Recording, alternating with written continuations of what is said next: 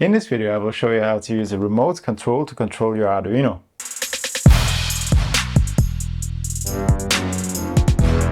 I bought this sensor right here.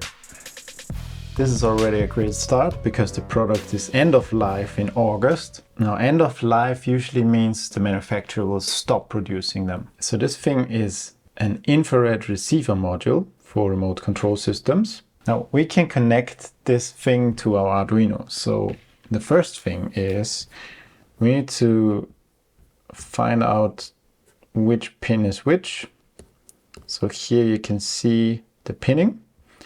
Pin 1, this is pin 1, is ground. So let's use the black wire to connect pin 1 to ground. The second pin is our supply voltage to 5 volts. And then we have our output, which is our signal. And the output of this infrared receiver will be connected to our Arduino input. I will use the orange wire to connect my output to pin 2. Now the goal of this video is to use this remote control to control the green LED. So I will also connect the green LED. I will use pin 7 and connect it to the resistor, 150 ohm, which is then connected to the green LED. And on the other side, it is connected to ground. The first thing is we need to install a library. So let's go to Library Manager and look for infrared remote. And there is this library right here, infrared remote. It can be used to send and receive infrared signals. Perfect, let's install it.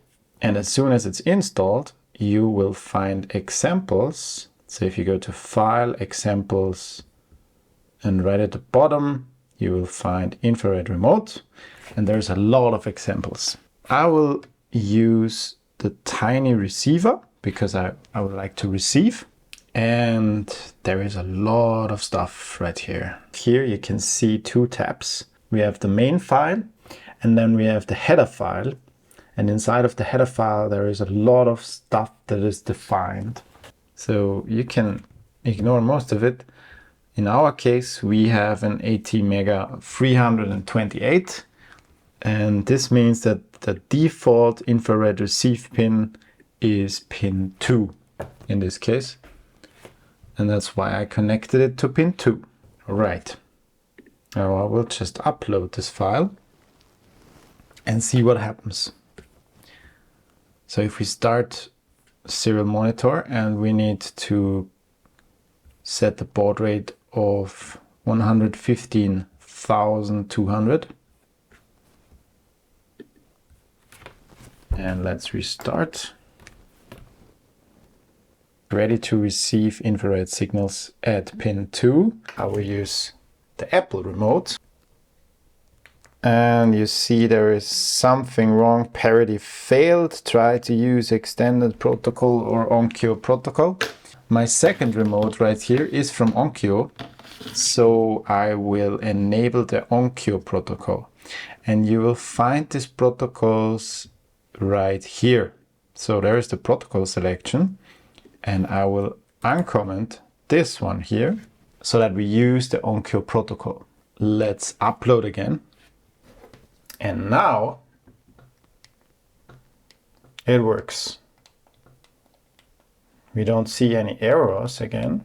The funny thing is it has 2 addresses because if we press a key, we have this address, and as soon as I release the key, it will send this one command. And this is always the same command and always this same address for whatever key I press. As soon as I release it, I get this command. If I use the other remote control, you see that this is a different address. And as soon as I release it, there is no secondary command. And then I also have this Benq remote control. And this one has a different address, but again, no command on release. All right, so Let's use this green button right here to turn on the LED and the red button to turn it off again. Therefore, I will first take a look at the commands. So this is my on command and this is my off command. What we need to do is inside of our setup, I will define pin mode 7 as output. This is my green LED. And then inside of our loop, right here, we see the serial messages printed. And I will do something like this. If there is data right at the end of the stuff, I will put my if statement. If the address matches the address of this remote control and the command matches the command that represents the green button, then I would like to turn on the green LED. Tiny IR received data address. This is the first parameter that is interesting. If this equals 0x300, no, 3000, this is our address. You can see it right here. And we also need the command, so let's also copy this. And the command equals, so this right here is for turning on. Then I will digital write pin 7 high. Else if, let's copy everything. So the address stays the same, but the command is different. This is our new command. No. Which command is it? This command, yeah. I will use this command to turn it off again. Digital write 7 low. Let's see. Perfect. So right now I press the green button and we turn on the LED, and I press the red button and I turn off the LED.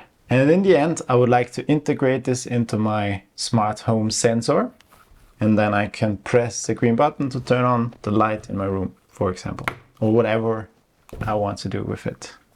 And the crazy thing is, this thing is really strong, so I can point it this way and it still works. Can maybe point it inside of my head and it still works. Crazy. If this video was helpful, please like and subscribe to this channel if you're ready to dive deep into the world of Arduino. Thank you for watching. See you in the next video.